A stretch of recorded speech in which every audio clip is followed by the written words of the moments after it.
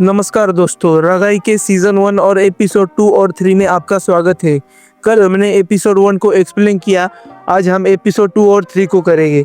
अगर आपने कल वाला वीडियो मिस किया है तो ऊपर आई बटन पे और डिस्क्रिप्शन में लिंक है, वो जरूर देखना। Let's start. और यहाँ पे वेटरी नाकाबंदी में लगा होता है, तभी वहाँ पे संध्या के जीजाजी पहुँचते हैं। नाकाबंदी देख के वो संध्या को कॉल करते हैं और कहते हैं कि मैं पार्टी में गया था, मैंने थोड़ी ज्यादा शराब पी है, तुम वेटरी को जरा कह देना कि मुझे छोड़ दे। फिर संध्या वेटरी को कॉल लगाती है, लेकिन उसका कॉल बिजी आ रहा होता है, तो वो एक लड़के को कॉल लगाती है और उसे सब चीजें कहती है। यहाँ पे संध्या की जीजाजी वेटरी के पास जाते हैं और उसे बुलाने लगते हैं। वेटरी गुस्से में उन्हें थप्पड़ जड़ देता है। तभी वो लड़का आके कहता है कि अरे ये आपने क्या किया, ये तो संध्या के जीजाजी है। वेटरी उसे गुस्से में कहता है कि थोड़ी जल्दी नहीं कह सकते थे क्या तुम। तभी संध्या का जीजाजी कहता है कि ये तुम्हारा इलाका है, जब तुम लड़की देखने के लिए आओगे तब मैं बताता हूँ तुम्हें, और वहाँ से चले जाते हैं। और यहाँ पे हमें सुबह का सीन दिखाया जाता है, जहाँ पे वेटरी गाड़ी में सो रहा होता है। तभी वहाँ पे एक कांस्टेबल आता है और कहता है कि फॉरेंसिक डॉक्टर वेट कर रही है, जरा उनसे मिल लेना। और यहाँ पे एक लड़के ने फांसी ली होती है,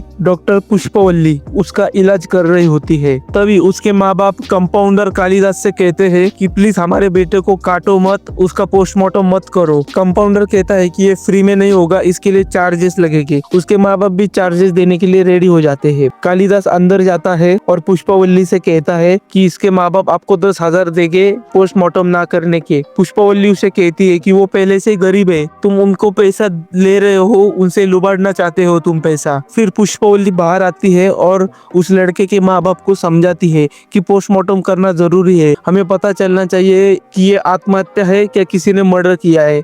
और वो समझ जाते हैं। पुष्पवल्ली अंदर आ जाती है।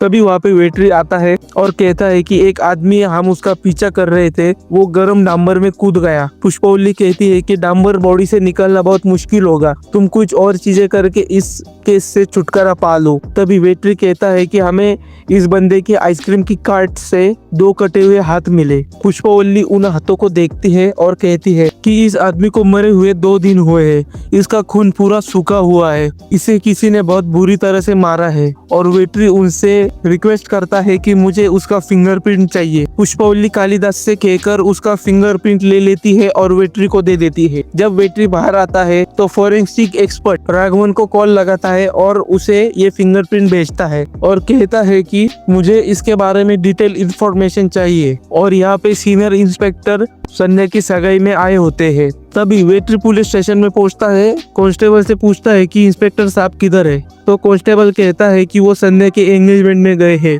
अगर आपको पता चलता तो आप नाराज हो जाते, इसलिए वो आपको बिना बताए चले गए। फिर वेटरी मोबाइल में संध्या के पुराने फोटो देख के और उसकी यादों में खो जाता है। तभी उसे राघवन का कॉल आता है और राघवन उसे कहता है कि ये फिंगरप्रिंट्स जोसेफ नाम के एक लड़के के हैं, जिसका 2 दिन पहले एक्सीडेंट हुआ है। फिर राघवन वेटरी के मोबाइल पर सारी डिटेल सेंड कर देते हैं। फिर वेटरी गाड़ी लेके संध्या के घर पहुंचता है। इंस्पेक्टर साहब उसके पास जाते हो और कहते हैं क्या तुम इधर तमाशा क्रिएट करने आ रहे हो। तब वेटरी कहता है नहीं सर, कल हमें जो बंदा मिला था उसके कार्ड से जो कटे हुए हाथ मिले थे, हमें उनके बारे में पता चला है। मेरे साथ कोई लेडी कांस्टेबल नहीं है, इसलिए मैं संध्या को लेने आया हूँ।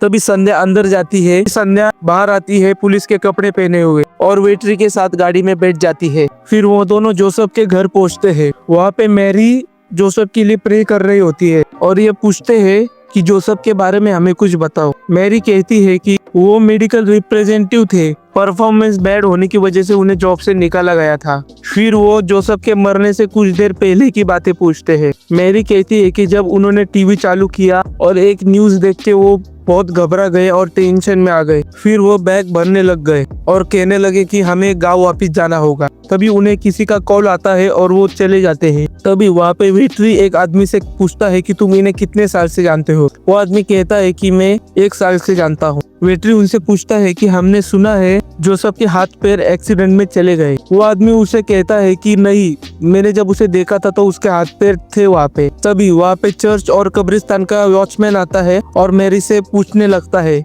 कि तुमने कबर बनाने के लिए बाहर से लोग क्यों बुलाए। वॉचमैन उसे कॉर्पोरेशन का बिल भी देता है। तभी मैरी पूछती है कि क्या अभी भी वो लोग वहाँ पे है, तो वॉचमैन कहता है कि हाँ है। फिर वो सब गाड़ी में बैठ के कब्रिस्तान की ओर चले जाते हैं। जब वो वहाँ पे उतरते हैं और देखते हैं कि कुछ लोग उसकी कबर खोद रहे हैं, तो वेट्री उनके पीछे भागने लगता है। वो दो लोग भी वहाँ से भाग जाते हैं। फिर वेट्री उनका पीछा करता है। तभी कालिदास अपनी गाड़ी लेके उसके सामने आ जाता है और वो दोनों भाग जाते हैं।